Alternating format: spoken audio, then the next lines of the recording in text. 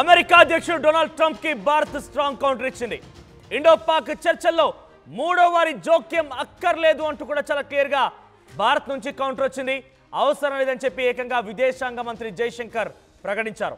భారత్ కేవలం పీఓకే టెర్రరిస్టుల గురించే మాట్లాడుతుందని, పాక్ ఉగ్రవాదులని అప్పగించాల్సిందనే విషయం పైన పాక్ ఉగ్రవాదులను అప్పగించాల్సిందంటూ కూడా జైశంకర్ అన్నారు. దీంట్లో టెర్రర్ క్యాంప్స్ ని మూసివేయాలని చెప్పారు జైశంకర్. సింధు జలాల నుంచి చుక్క నీరు పాక్కు ఇవ్వమని చెప్పి చాలా స్పష్టంగా జైశంకర్ విదేశాంగ మంత్రి చెప్పుకొచ్చారు. ఇక కాల్పుల విరమణ పాకిస్తానే కోరుకుంది అని చెప్పి జైశంకర్ అన్నారు. చాలా స్ట్రాంగ్ కౌంటర్ ఇచ్చారు భారత విదేశాంగ మంత్రి. చాలా క్లియర్గా ఎవరి జోస్యం అక్కర్లేదు, మీరేది బోడి మాకు చెప్పేది, భారతదేశానికి మీరు చెప్పాలా? భారతదేశమే స్వాతంత్ర దేశంగా ఎన్నో ఏళ్ళు పోరాడుకొని స్వతంత్ర దేశంగా ఎరిగింది. మీలాంటి కొంతమంది వ్యక్తులు దుస్సాహసపరులు దురహంకారులు మాకు చెప్పాలా?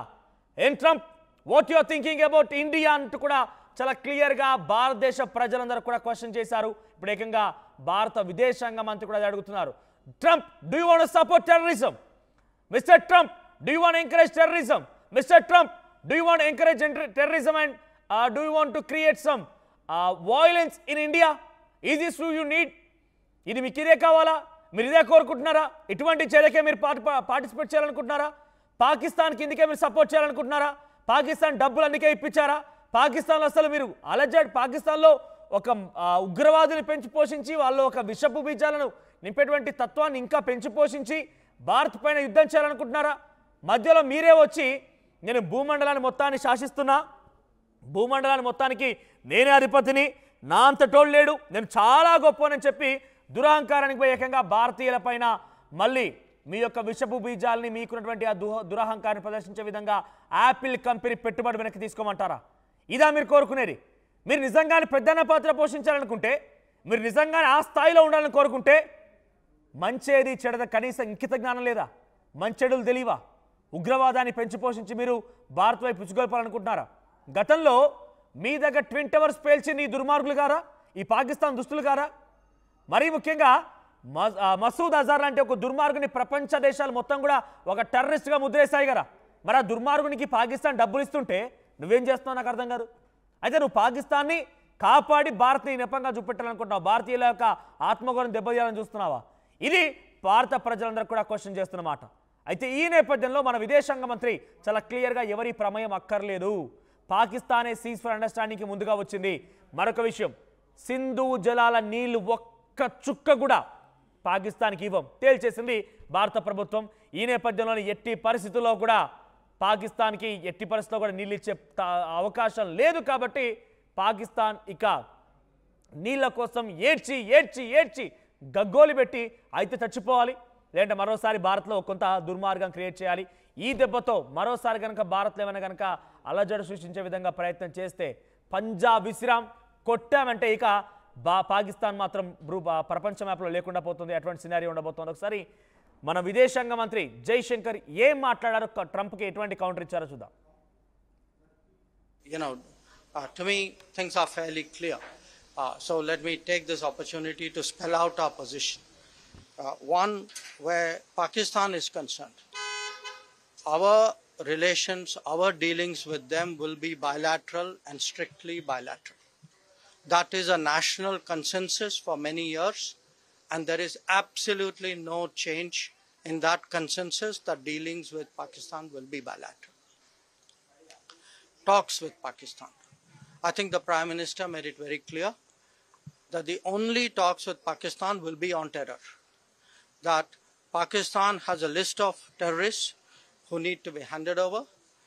They have to shut down the terrorist infrastructure. They know what to do. We are prepared to discuss with them what is to be done on terrorism. Those are the talks which are feasible. Water issues have been raised. Again, you all know, and I re-emphasize, the Cabinet Committee on Security and the government, obviously, was very clear that the Indus Waters Treaty is held in abeyance and will be continued to be held in abeyance until cross-border terrorism by Pakistan is credibly and irrevocably stopped. So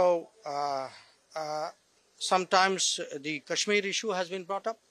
Again, the only thing which remains to be discussed on Kashmir is the vacation of illegally occupied Indian territory in Pakistan occupied Kashmir. We are open to discussing that with Pakistan.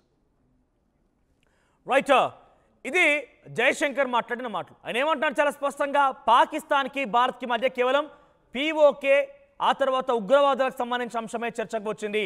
Cease fire అండర్స్టాండింగ్కి వాళ్ళే ముందుగా initiate చేశారు, వాళ్ళే మన దగ్గరికి వచ్చారు, వాళ్ళే కాలబేరానికి వచ్చారు, మనం ఎక్కడికి వెళ్ళలేదు, ఇంకా మూడో వ్యక్తి ఇన్వాల్వ్ కావాల్సిన అవసరం ఏముంది అంటూ కూడా ఆయన సూటిగా Donald ట్రంప్ని ఉద్దేశించినట్టుగానే మాట్లాడుకొచ్చారు.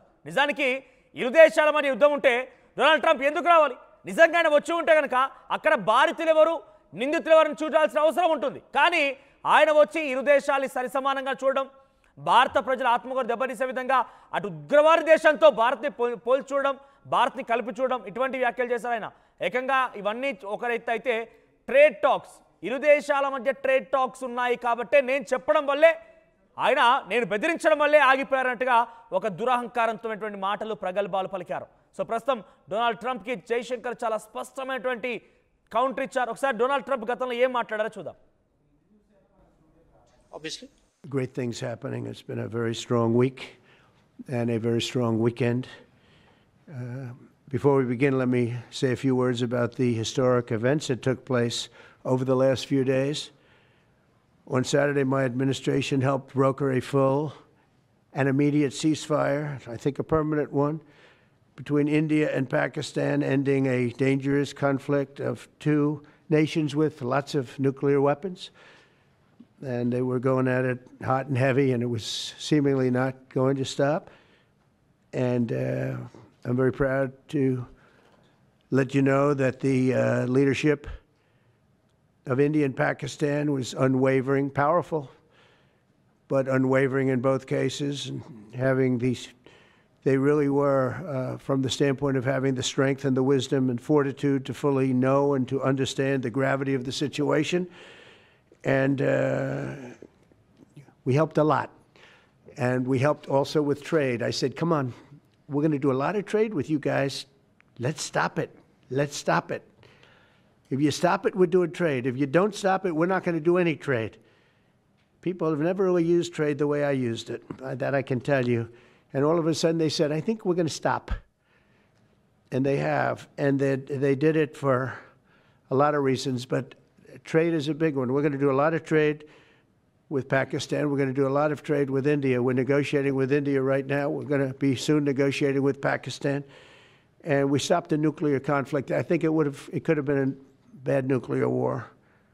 Millions of people could have been killed. So I'm very proud of that. I also want to thank Vice President Vance and Secretary of State Rubio for their work and efforts. They worked very hard on that. Great things happen. Right, ఇది Trump చెప్తున్న మాటలు. So చాలా క్లియర్గా ఆయన ఏమంటున్నారంటే, India Pakistan మధ్య యుద్ధం నేపథ్యంలో కొన్ని ట్రేడ్ టాక్స్ ఉన్నాయి. సో ఈ భీకరమైనటువంటి యుద్ధాన్ని నేను అక్కడ ప్రజల్ని కాపాడడం కోసం ఆపేశాను. సీజ్ ఫైర్ అండర్స్టాండింగ్కి నేను ఇది పర్మనెంట్గా ఉండబోతుంది అని చెప్పి డొనాల్డ్ ట్రంప్ మాట్లాడుకొచ్చారు. అసలు నువ్వెవరు నాకు అర్థం కాదు ఆపడానికి. సరే ఆపేవే అనుకుందాం, బాధితులు ఎవరు, నిందితులు ఎవరు అనేది మాత్రం చాలా క్లియర్గా తెలవాలి కదా. కానీ ఏది తెలకుండా దుస్సాహసంతో, దురహంకారంతో పాకిస్తాన్ని భారత్తో పోల్చడం, ఉగ్రవాద దేశాన్ని భారత్తో పోల్చడం, ఉగ్రవాదుల స్థావరాలు నేలమట్టం చేసిన నేపథ్యంలో ఇరు దేశాల ప్రజలు ఇబ్బందులు పడుతున్నారు కాబట్టి నేను ఆపానని చెప్పడం, ట్రేడ్ టాక్స్ వల్లే ఆగిపోయాయని చెప్పడం, ఇటువంటి మాటలా మాట్లాడేది, ఇటువంటి అహంకారపు మాటల, ఇటువంటి ఒక దేవుడు నేనే అందరినీ శాసిస్తున్నాను, నేనే అందరినీ పెంచి పోషిస్తున్నాను, నేనే మొత్తం అందరికన్నా అధిపతి రకంగా మాట్లాడేటువంటి ట్రంప్ మాటలు చూస్తుంటే పాకిస్తాన్ని కాపాడుతూ మనల్ని కొంత ఇబ్బందులకు గురి చేసే మాటలే ఉన్నాయి. సో దానికి స్పష్టమైనటువంటి కౌంటర్ని మన జయశంకర్ ఇచ్చారు. సో చాలా క్లియర్గా ఆయన చెప్పిన మాట ఒకటే. సో చాలా క్లియర్గా ఆయన ఏం చెప్పారంటే, మూడో వ్యక్తి ప్రమేయం ఎందుకు, మూడో వ్యక్తి ఎందుకు రావాల్సి వచ్చింది, మూడో వ్యక్తి అవసరం ఏముంది అంటూ కూడా ఆయన చాలా స్పష్టంగా చెప్పుకొచ్చారు. అయితే ఇక్కడ సీజ్ ఫైర్ అండర్స్టాండింగ్కి తెరలేపింది పాకిస్తానే, మేము ఎక్కడ అడగలేదు, వాళ్ళే అడిగారు, దట్టు ఉగ్రవాదులని కూడా అప్పగించాల్సిందనే మాటని జయశంకర్ మాట్లాడారు. ఎస్, మా ప్రతినిధి మధు సిద్ధంగా ఉన్నారు. మరి ఎస్, ఏంటి ఎలా చూడాలి జయశంకర్ మాటలు? చాలా క్లియర్గా డొనాల్డ్ ట్రంప్ని ఆపాదించే విధంగా ఆయన ఉద్దేశించినట్టుగానే మాట్లాడారు. మరి ముఖ్యంగా ఉగ్రవాదులని అప్పగించాల్సిందే, diplomatic discussion ఉండబోతోంది. We are going to initiate and we are going to impose some conditions on Pakistan అని చెప్పారు జైశంకర్. దట్టు సింధు వాటర్ జలాలని సింధు నీళ్ళు మాత్రం చాలా క్లియర్గా ఎట్టి పరిస్థితుల్లో ఇచ్చే ప్రసక్తి లేదని కూడా ఆయన కొట్టిపారేశారు. ఎలా ఉండబోతోంది? సో రేపటి రోజు డిప్లొమాటిక్ డిస్కషన్ వచ్చినప్పుడు భారత్ నుంచి ఎటువంటి డిమాండ్స్ ఉండే అవకాశం ఉంది? ఈ కౌంటర్ని డొనాల్డ్ ట్రంప్ ఎలా చూడొచ్చు? ఎగ్జాక్ట్లీ, ట్రంప్ ట్వీట్ తర్వాత చాలా ఘాటుగా రిప్లై ఇచ్చే ప్రయత్నం చేశారు జయశంకర్. ఎందుకంటే కాల్పుల విరమణని పాకిస్తానే కోరుకుంది అనేటువంటి చాలా స్పష్టంగా చెబుతూనే పిఓకే విషయంలో ఎవరి మధ్యవర్తిత్వం లేదు అని చెప్పడం అనేటువంటిది ఇక్కడ స్ట్రాంగ్. ఈ టైంలో ట్రంప్ పేరు తీసుకోకుండా ఎవరి మధ్యవర్తిత్వం అవసరం లేదు అనేటువంటిది అమెరికాకు డైరెక్ట్ గా చెప్పినట్టుగానే ఈ సందర్భంలో. ఇంతకంటే ముందు కూడా చాలా సందర్భాల్లో చెప్పారు మనోజ్ జయశంకర్. అమెరికాలో పర్యటన సందర్భంగా అమెరికాకు సంబంధించినటువంటి ప్రతినిధులతో స్పష్టం చేశారు, మీడియాతో కూడా మాట్లాడారు. తర్వాత పలు సందర్భాల్లో కూడా విదేశాంగ శాఖ మంత్రి జయశంకర్ మాట్లాడారు. రీసెంట్ గా కొన్ని రోజుల క్రితం జరిగినటువంటి పార్లమెంటు సమావేశాల్లో కూడా అమిత్ షా ఇదే అంశాన్ని ప్రస్తావించు ఇటు ప్రతిపక్షాలకు ప్రపంచ దేశాలకు అందరికీ కూడా క్లారిటీ ఇచ్చారు. ఆన్ రికార్డ్ పార్లమెంట్ లో పిఓకే అనేటువంటి అంశం ఎప్పుడు ప్రతిపాదనకు వచ్చినా అది భారత్ భూ అంతర్భాగంగా దాన్ని మేము చూస్తాము అనేటువంటిది, మీరు అలాగే చూడాలనేటువంటిది. ఇంకోటి, ఈ మా అంతర్గతంకి సంబంధించినటువంటి అంశం కాబట్టి ఎవరి మధ్యవర్తిత్వం లేదు అనేటువంటి చాలా క్లారిటీ ఇచ్చిపోతా ఉన్నారు. కానీ అమెరికా మాత్రం ఏదో రకంగా అందులో కలగజేసుకోవాలి, రెండు దేశాల మధ్య తన మధ్యవర్తిత్వం వ్యవహరించాలి అనేటువంటి ధోరణి మొదటి నుంచి కనిపిస్తా ఉంది. ఇది మొదటిసారి కాదు. ఇరాక్ విషయంలో కానీ, ఆఫ్ఘనిస్తాన్ విషయంలో కానీ, తర్వాత ఇజ్రాయెల్ గాజాకు సంబంధించిన యుద్ధం విషయంలో కానీ, ప్రజెంట్ సిచ్యువేషన్ రష్యా ఉక్రెయిన్ యుద్ధంలో కానీ ఏ దేశాల మధ్య పోరున్నా ఆధిపత్య ధోరణి కనిపించినా దాంట్లో అమెరికా కలగజేసుకోవడం అమెరికాకు అలవాటు. దాని ద్వారా తను లబ్ధి పొందుతుంది. ఇద్దరికి అటు మంచి చెప్పినట్టే చెప్పి ఇద్దరిని తన వైపుకు లాగేసుకుంటుంది. వారికి కావాల్సినటువంటి యుద్ధ సామాగ్రి ఇస్తుంది, వారికి కావాల్సినటువంటి ఇన్ఫ్రాస్ట్రక్చర్ అమెరికా క్రియేట్ చేస్తుంది. సో ఇది అలవాటు అమెరికాకి, సాధారణంగా అమెరికాకున్న అలవాటు. అదే విధంగా ఇక్కడ కలగజేసుకోవాలని చాలా సంవత్సరాల నుంచి ప్రయత్నం చేస్తా ఉంది. ఇందిరాగాంధీ ప్రైమ్ మినిస్టర్ గా ఉన్నప్పటి నుంచి కూడా ఇదే వ్యవహారం నడుస్తా ఉంది. అని పక్కన పెట్టే ప్రయత్నం చేస్తా ఉన్నారు అప్పటి నుంచి ప్రధానులు వరుసగా. ఇందిరాగాంధీ కానీ, వాజ్పేయి కానీ, ఇప్పుడున్నటువంటి ప్రధాని మోదీ కానీ. సో త్వరలోనే పిఓకే విషయంలో క్లారిటీ వచ్చే అవకాశం ఉంది. ఇప్పటికే పాక్ అల్టిమేటం చేస్తా ఉంది భారత్ పలు సందర్భాల్లో కూడా. మీతో చర్చలంటూ ఉంటే పిఓకే పైన, తర్వాత టెర్రరిజం అయినా మాత్రమే అనేటువంటిది మరొకసారి చెప్పే ప్రయత్నం చేశారు విదేశాంగ శాఖ మంత్రి జయశంకర్. క్లారిటీ ఇచ్చారు. ఇది కరెక్ట్ గా డైరెక్ట్ గా ఈ అమెరికాకు చెప్పినట్టుగానే చూడాలి. రైట్, అంటే ఇక్కడ సింధు జలాల నీళ్ళని కూడా ఎట్టి పరిస్థితుల్లో వదిలే ప్రసక్తి లేదని కూడా చాలా క్లియర్గా జైశంకర్ చెప్పిన మాటలు విన్నాం. అటువైపు నుంచి పాకిస్తాన్ ఏమో మా గొంతులు ఆరిపోతున్నాయి, మేము నీళ్ల కోసం ఇబ్బంది పడుతున్నాం, ఇక్కడ ఎదురు చూస్తున్నాం, దయచేసి మాకు నీళ్లు వదలండి అంటూ కూడా ఆల్రెడీ ఒక లేఖ ద్వారా మన విదేశాంగ మంత్రికి పొందుపరిచినట్టు తెలుస్తోంది, మన ప్రభుత్వానికి ఇచ్చినట్టు తెలుస్తోంది. సరే, కానీ ప్రభుత్వం ఎట్టి పరిస్థితుల్లో వదిలే ప్రసక్తి లేదంటున్నారు. అటువైపు నుంచి పాకిస్తాన్ ఇంకా హెచ్చరికలు చేస్తోంది. సింధు నీళ్ళని కనుక అలా విడుదల చేయకపోతే మరోసారి యుద్ధానికి తెరలేస్తున్న మాటలు కూడా మాట్లాడుతుంది. ఎలా చూడాలి దీన్ని? ఎగ్జాక్ట్లీ, సింధు నదీ జలాలకు సంబంధించి ఒప్పందాన్ని రద్దు చేసుకున్న తర్వాత పాక్ నీటి కోసం కటకటలాడే పరిస్థితి ఉంది, విలవిలలాడిపోయే పరిస్థితి ఉంటుంది అనేటువంటిది అప్పుడే పెద్ద ఎత్తున చర్చ కొనసాగింది. ఇప్పుడు ప్రారంభం అవుతుంది త్వరలోనే. దీని తర్వాత ఇప్పుడు డ్యామ్ ఎత్తు పెంచుతారు, నీటి సామర్థ్యం పెంచుకునేలాగా, తర్వాత అక్కడి నుంచి వాటర్ ని యూజ్ చేసుకునేలాగా జమ్మూ అండ్ కాశ్మీర్ కి, తర్వాత నెక్స్ట్ ఫ్యూచర్ లో అవసరం అనుకుంటే ఇప్పుడున్నటువంటి కొన్ని వాటర్ సంబంధించిన ప్రాజెక్ట్ లో వాటికి సప్లై చేసేలా, వాటర్ ని అక్కడ నుంచి తీసుకునేలాగా, తర్వాత హైడ్రో పవర్ కోసం, ఇలా అన్ని రకాలుగా వాటర్ ని ఉపయోగించుకోవాలి సింధు నదీ జలాలను అనేటువంటిది భారత్ భావిస్తా ఉంది. దానికోసం కార్యాచరణ కూడా రూపొందిస్తుంది. మనం గతంలో కూడా మాట్లాడుకున్నాం. అఫీషియల్ గా భారత ప్రభుత్వం వరల్డ్ బ్యాంక్ కి లేఖ రాసింది. సింధు జలాల నదీ ఒప్పందాలకు సంబంధించిన రద్దు చేసుకున్న తర్వాత ఒప్పందాన్ని అఫీషియల్ గా ప్రాసెస్ ఏముంటుందో ఆ ప్రాసెస్ ప్రకారం వరల్డ్ బ్యాంక్ కు లేఖ రాసి దానికి సంబంధించిన క్లారిటీ తీసుకుంటున్నారు. సో త్వరలోనే డ్యామ్ ఎత్తులు పెంచుతారు, నీళ్లు వదిలేదు. సింధు నదీ జలాలను వదలకపోవడం అనేటువంటిదే ఇప్పుడు పాకిస్తాన్ పైన సైలెంట్ గా ఉంది. అంటే ఒక బుల్లెట్ పేల్చకుండానే అతి పెద్ద బాంబు ప్రయోగించినటువంటి విషయంగా చూడొచ్చు. ఒక రకంగా చెప్పాలంటే వాటర్ బాంబు, వాటర్ నీటి కటకట ఉండే అవకాశం ఉంది. ఇక్కడ ప్రజలు ప్రభుత్వం పైన, అక్కడ ప్రభుత్వం పైన, పాకిస్తాన్ ప్రభుత్వం పైన, అక్కడ పాకిస్తాన్ ఆర్మీ పైన, వ్యవస్థ పైన వాళ్ళు నిరసన వ్యక్తం చేసే అవకాశం ఉంటుంది, తిరుగుబాటు చేసే అవకాశం ఉంటుంది. సో ఇవన్నీ చాలా వ్యూహాత్మకంగా, డిప్లొమాటిక్ గా భారత్ వ్యవహరిస్తూ పోతా ఉంది.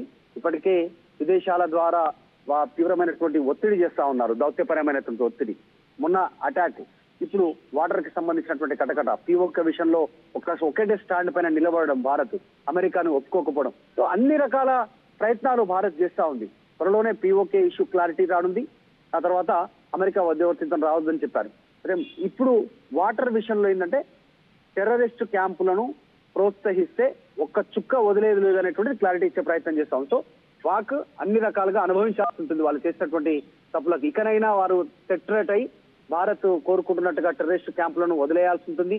తర్వాత వారిని ప్రోత్సహించొద్దు, మిగతా వాళ్ళని టెర్రరిస్ట్ టాప్ మోస్ట్ లీడర్ ని పట్టించాల్సి ఉంటుంది. భారత్ అడిగినట్టు ఈ ఒకని అప్పచెప్పాలి. అప్పుడే పాక్ ప్రజలు ప్రభుత్వం అక్కడ నార్మల్ గా ఉండే అవకాశం ఉంది, లేదంటే ఇక తీవ్ర పరిణామాలు చూసే అవకాశం ఉంది. రైట్ మధు.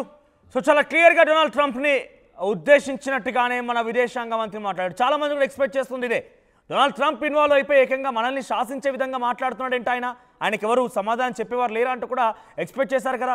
ఎస్, ఇప్పుడు సమాధానం దొరికింది. నువ్వెవరయ్యా మమ్మల్ని ఆపడానికి? అసలు నువ్వు మూడో వ్యక్తి ఎందుకు వచ్చావు? ఇరు దేశాలకు సంబంధించిన విషయంలో భారతదేశంగా భారత్ ఉంటే నిందితులుగా పాకిస్తాన్ అటువైపు నిలబడి వాళ్ళకి రక్షణ కల్పిస్తూ భారత్ని పాకిస్తాన్ పోల్చి చూస్తావా? రెండు దేశాల మధ్య ట్రేడ్ ఒప్పందాలు ఉన్నాయి అంటే నేను ట్రేడ్ కోసం వాళ్ళిద్దరిని సహకరించమని ట్రేడ్ టాక్స్ కనుక ఆపేస్తాను అంటే మీరు నేను చెప్పిన మాట వినకపోతే మీ దగ్గర ట్రేడ్ ఆపేస్తానని చెప్పడం వల్ల మనం ఆగిపోయామంటే మాటల్ని ఆయన దురాహంకారంతో మాట్లాడుకొచ్చారు. దానికి సమాధానం దొరికింది. ఇక చాలా స్పష్టంగా సింధు నీళ్ళని ఎట్టి పరిస్థితుల్లో వదిలే ప్రసక్తే లేదు, ఇది మొదటి మాట. ఆ తర్వాత ఉగ్రవాదుల్ని అప్పగించాల్సిందే, ఎట్టి పరిస్థితుల్లో ఉగ్రవాదుల్ని మా దేశంలో మసూద్ అజార్ లాంటి వాడు కానివ్వండి, హఫీజ్ సయ్యద్ లాంటి వాడు కానివ్వండి, వీళ్ళెవరైనా కూడా మా దేశంలో ఇబ్బందులకు గురి చేసే విధంగా మా దేశంలో కాల్పులకి మారణహోమానికి దాడికి పాల్పడ్డ ప్రతి ఒక్కరు కూడా అప్పగించాల్సిందే. ఈ మాట జయశంకర్ చెప్పుకొచ్చారు. ఇలా ఇంకా చాలా ఉండే అవకాశం ఉంది. త్వరలో డిప్లొమాటిక్ కండిషన్స్ ఉండబోతుంది, డిప్లొమాటిక్ డిస్కషన్ ఉండబోతున్న రకంగా చాలా స్పష్టంగా చెప్పుకొచ్చారు. చూద్దాం ఎటువంటి డిస్కషన్ ఉంటే ఏ రకంగా ముందుకు వెళ్తారనేది. ప్రపంచంలో ఏ మూల ఏ క్షణం ఏం జరుగుతుందో వేగంగా తెలుసుకోవడానికి తొలి వెలుగు వాట్సాప్ ఛానల్ని ఫాలో చేయండి.